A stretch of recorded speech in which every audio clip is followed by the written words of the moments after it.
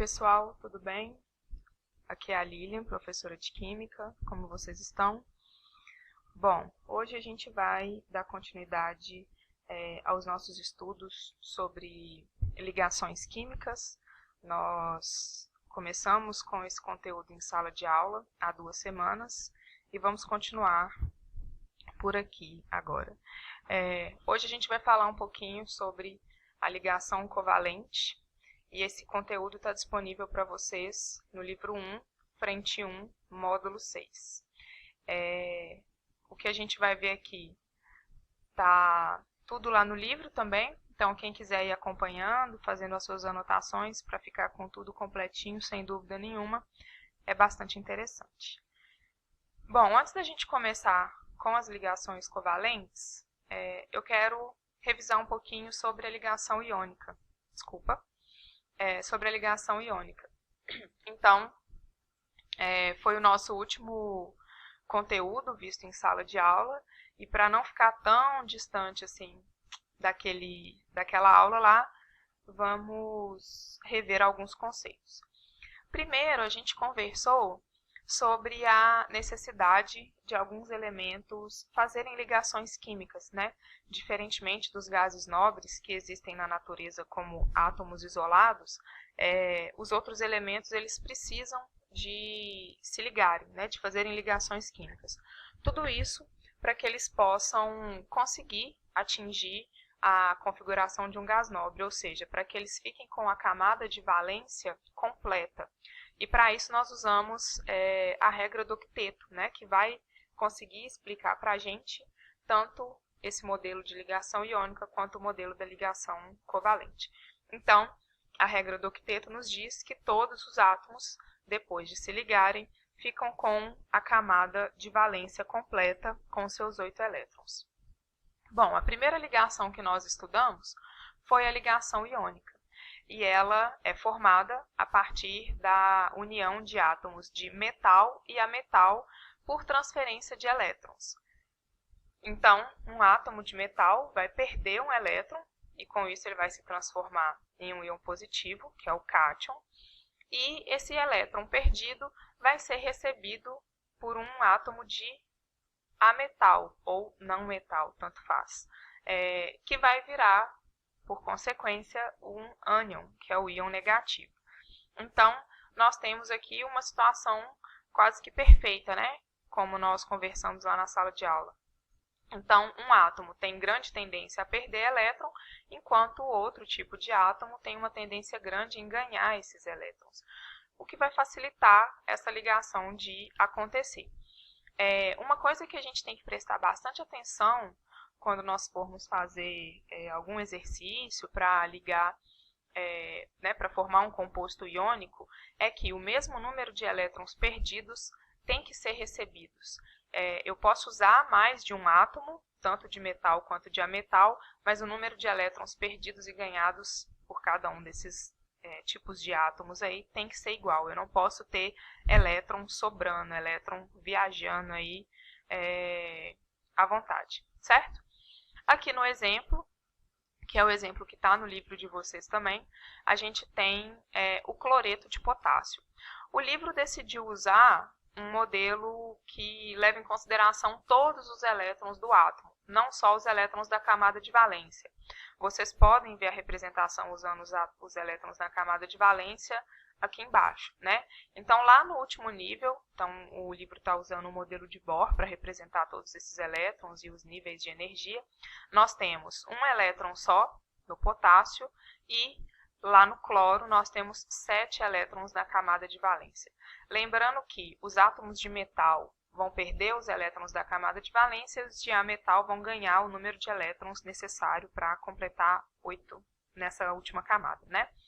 Quando o átomo de potássio perde esse 1 elétron de valência, que é doado para o átomo de cloro, a gente vai ficar com o íon potássio, que é um íon positivo, carga mais 1, e o íon cloreto, que é um íon negativo, carga menos 1. Ambos com 8 elétrons na camada de valência, e aí simplesmente por atração eletrostática, ou seja, cargas de sinal oposto, se atraem, esses íons vão permanecer unidos, e aí a gente tem a ligação iônica sendo formada, então. Beleza? Dito isso, a gente vai para a ligação covalente.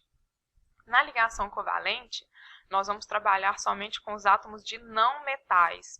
E aí, para dar uma relembrada, os átomos de não metais são os coloridos em amarelo na nossa tabela periódica. Se vocês fizerem uma comparação com aquela tabela periódica recebida em sala de aula, vocês vão ver que estão faltando elementos aqui. Mas isso efetivamente não vai fazer tanta diferença nesse momento, porque nós vamos trabalhar com esses átomos mais aqui acima, tudo bem? Então, não precisem ficar preocupados com essa diferença, não. Esses números verdinhos aqui, ó, eles estão indicando para a gente quantos elétrons de valência cada um dos átomos dessas famílias possuem. Então, lá da família 1, todo mundo possui um elétron, da família 2, 2. Passando lá para a família 13, eu tenho 3, e eu vou aumentando de uma unidade o número de elétrons de valência até chegar na família dos gases nobres, que já tem o seu octeto completo. A nossa inicial dificuldade aqui na ligação covalente é que todos os átomos de ametais, eles vão ter tendência a receber elétrons. Então, como que vai ser possível formar uma ligação entre dois átomos que têm tendência de receber elétrons? De quem eles vão ganhar esses elétrons para completar o octeto? E, na verdade, eles não vão ganhar de ninguém, eles vão compartilhar os seus elétrons de valência, de modo que cada um desses átomos tenha também 8 elétrons, beleza? Então, vamos para alguns exemplos aqui, ó. O exemplo mais simples de todos, que eu julgo pelo menos, né, é do HCl. Então, nós temos o hidrogênio com um elétron de valência, temos o cloro, lá na família 17 dos halogênios, com 7 elétrons de valência. Bom, o hidrogênio ele é uma exceção, como ele tem somente a camada K, né, ele só vai comportar 2 elétrons. Então, a gente fala que o hidrogênio completa o seu octeto com 2 elétrons. Então, ele vai precisar de receber somente 1. E o cloro também precisa de receber somente 1, porque ele já tem 7, precisa de mais 1 aqui para poder completar os elétrons. Os elétrons aqui estão sendo representados de forma gráfica diferente, o elétron do hidrogênio uma bolinha vermelha e o elétron do cloro um xizinho azul, só para ficar mais didático, tá? Mas isso não significa que elétrons de átomos diferentes são diferentes. Isso é puramente didático para vocês entenderem de onde vem um elétron, para onde ele vai e ficar mais fácil de entender.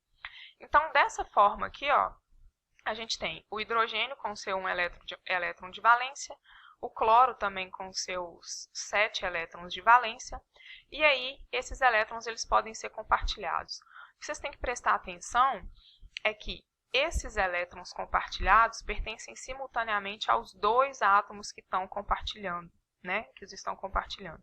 Então, eu posso contar os elétrons do hidrogênio 1, 2, e eu posso contar os elétrons do cloro 2, 4, 6, 8. Dessa forma, esses 2 elementos, esses 2 átomos, eles ficam com o octeto completo e aí a ligação química é formada entre eles. Então, a gente tem o compartilhamento dos elétrons de valência. Quando a gente simplesmente junta esses 2 átomos, né, aproxima esses 2 elétrons aqui, nós temos o que é chamado de fórmula eletrônica ou fórmula de Lewis, onde todos os elétrons da ligação aparecem, tanto aqueles que estão sendo compartilhados, quanto aqueles pares de elétrons não ligantes, ou seja, os que não estão sendo compartilhados.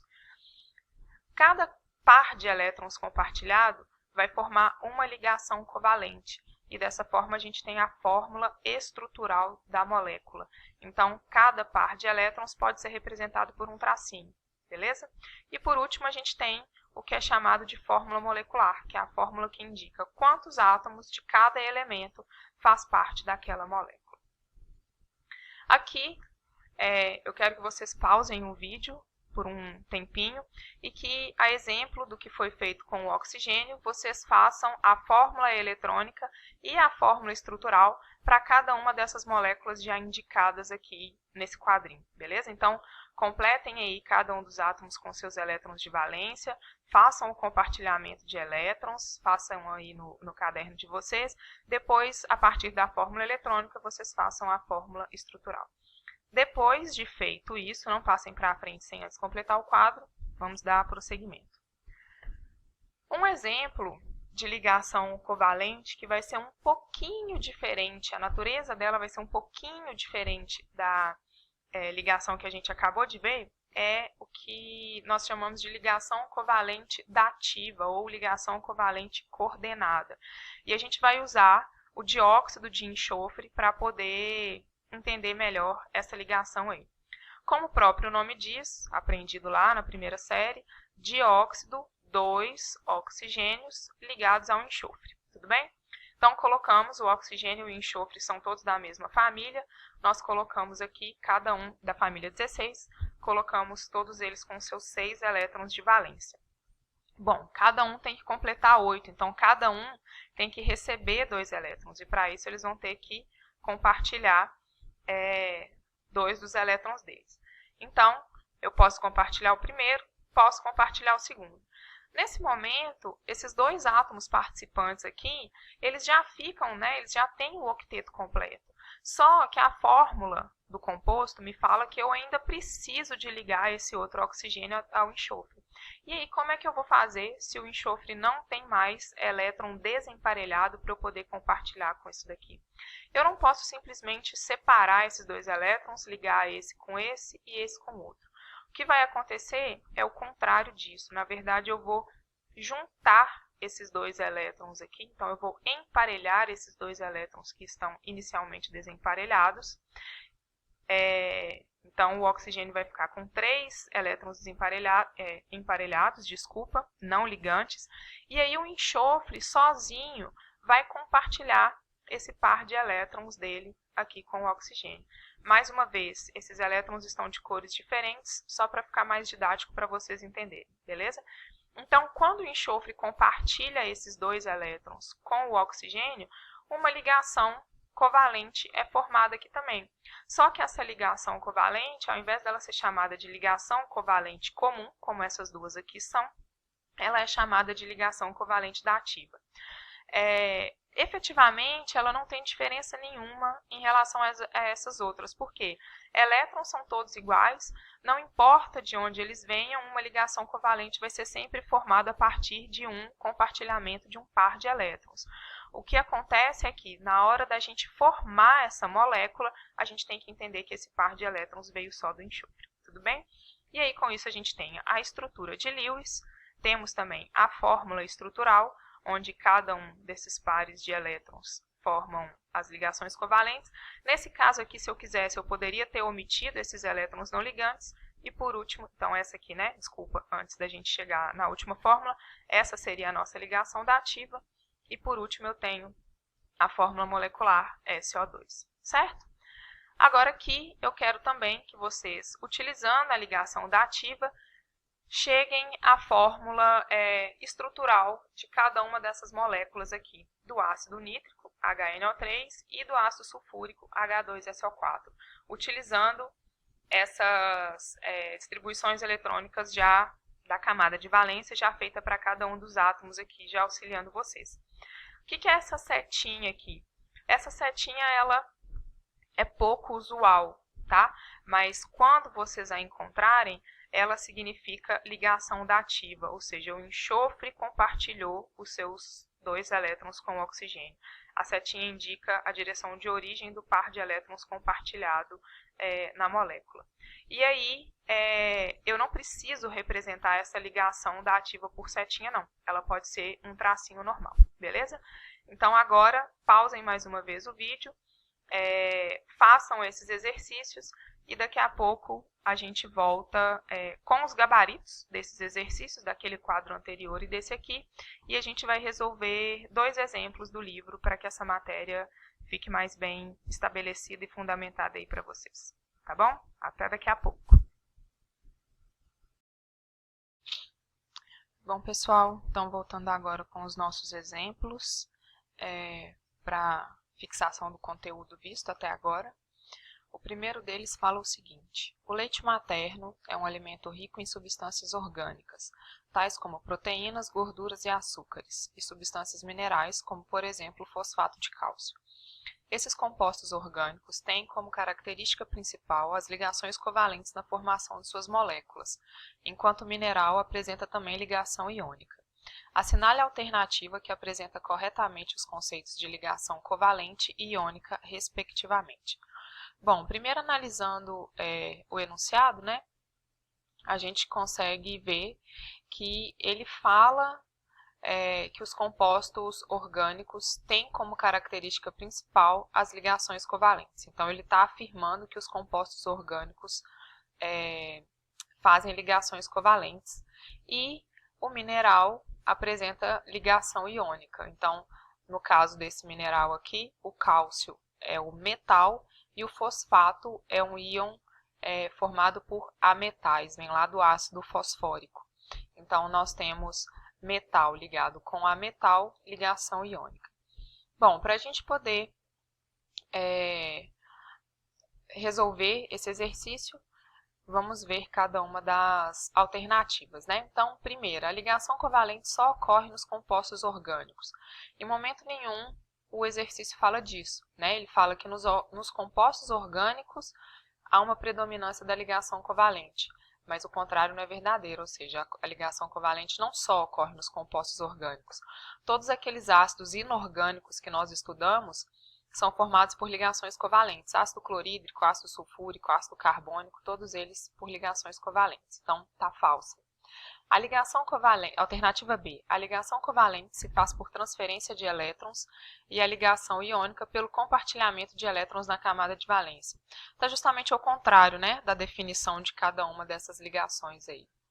Letra C, a ligação covalente se faz por atração de cargas entre átomos. Já está falso também. A ligação que é formada por atração eletrostática é a ligação iônica, vem do próprio termo, né? Íons, íon positivo, íon negativo, eles se atraem. D, a ligação covalente se faz por união de átomos em moléculas e a ligação iônica por união de átomos em complexos químicos. Bom, a ligação covalente se faz por união de átomos em moléculas, mas a ligação iônica não necessariamente forma complexos. Elas vão formar uma rede, que a gente chama de rede ou estrutura cristalina entre os átomos de metal. Quem quiser procurar um pouquinho mais aí, procure sobre estrutura cristalina do cloreto de sódio, por exemplo, e vocês vão entender do que se trata. E aí, por último, que provavelmente é a alternativa correta, fala o seguinte, que a ligação covalente se faz pelo compartilhamento de elétrons, está correto, e a ligação iônica por transferência de elétrons. Então, essa seria a nossa alternativa correta. Beleza? Mais um exemplo aqui, que fala o seguinte. Os desenhos são representações de moléculas em que se procura manter proporções corretas entre raios atômicos e distâncias internucleares. Mais para frente, a gente vai estudar um pouco sobre raios atômicos e distâncias internucleares, mas raio atômico tem a ver com o tamanho do átomo e distâncias internucleares, como o próprio nome já diz, é a distância entre o núcleo dos átomos que estão fazendo as ligações. E aí ele pergunta quais moléculas esses três desenhos podem representar, né? Primeiro vamos ver o seguinte, a gente pode fazer algumas eliminações, né? Por exemplo, aqui na letra A, no oxigênio, a gente tem uma molécula diatômica, de O2, só que formada por átomos iguais. Se aqui no nosso desenho os dois átomos, representados por essas duas bolinhas diferentes, são de elementos diferentes, a gente já pode excluir a letra A. A letra B pode ser correta, né? A estrutura 1 aqui ela é formada por dois átomos diferentes. O cloreto de hidrogênio é o HCl, então pode ser coerente. O monóxido de carbono também, porque é o CO, então podem ser átomos, elementos que coincidam com essa estrutura da 1. Quando a gente pensa na estrutura 2, nós temos uma molécula triatômica, então com um átomo central, que seria esse verdinho, e dois átomos iguais ligados a esse átomo central. Sendo assim, a gente pode eliminar a letra E, porque o oxigênio é uma molécula diatômica, então não é formada por três átomos. E a amônia, que é um composto super importante, importante também que vocês gravem quem é a amônia, é o NH3. Se é NH3, são 4 átomos, então, consequentemente, não pode ser a estrutura 2. Então, a gente fica com a letra C e a letra D. Se lá na letra B eu excluir a amônia, pois eu sei que ela é formada por 4 átomos, eu posso relacionar essa estrutura aqui com a estrutura 3, né? Então, quando a gente confere isso daí, ó, a estrutura 1 representa o cloreto de hidrogênio, HCl, é uma molécula diatômica, formada por átomos de elementos diferentes. A alternativa 2, ou a molécula 2, representa o dióxido de carbono. Então, o carbono é o átomo central, com 2 oxigênios ligados a ele, é uma molécula triatômica. E, por último, nós temos a representação da estrutura da amônia, que é o NH3, o N sendo o átomo central e os hidrogênios os átomos ligantes, que é uma molécula tetraatômica. Então, com isso, a gente fecha a questão marcando a letra D como alternativa correta. Tudo entendido até agora? Espero que sim. Aqui estão os gabaritos dos quadros que eu pedi para vocês preencherem lá durante a explicação dos exercícios, do conteúdo. Então, confiram com a resposta de vocês. Esse aqui sobre ligação covalente comum. E esse segundo, comparem lá com as ligações covalentes dativas, para ver se ficou tudo certo. Tudo bem? No mais, usem o livro de vocês, busquem mais referências em outros livros, em páginas de internet, no próprio site do Objetivo, para que esse conteúdo possa ser complementado e que vocês fiquem com a menor quantidade de dúvidas possíveis, beleza? Para não terminar aqui, tem para casa. Então, realizem as atividades do TC, frente 1, módulo 6. Podem realizar todos os exercícios, que eles são todos sobre ligação covalente, beleza? Bom trabalho para vocês, espero que o conteúdo tenha ficado claro e a gente se fala em breve. Tchau!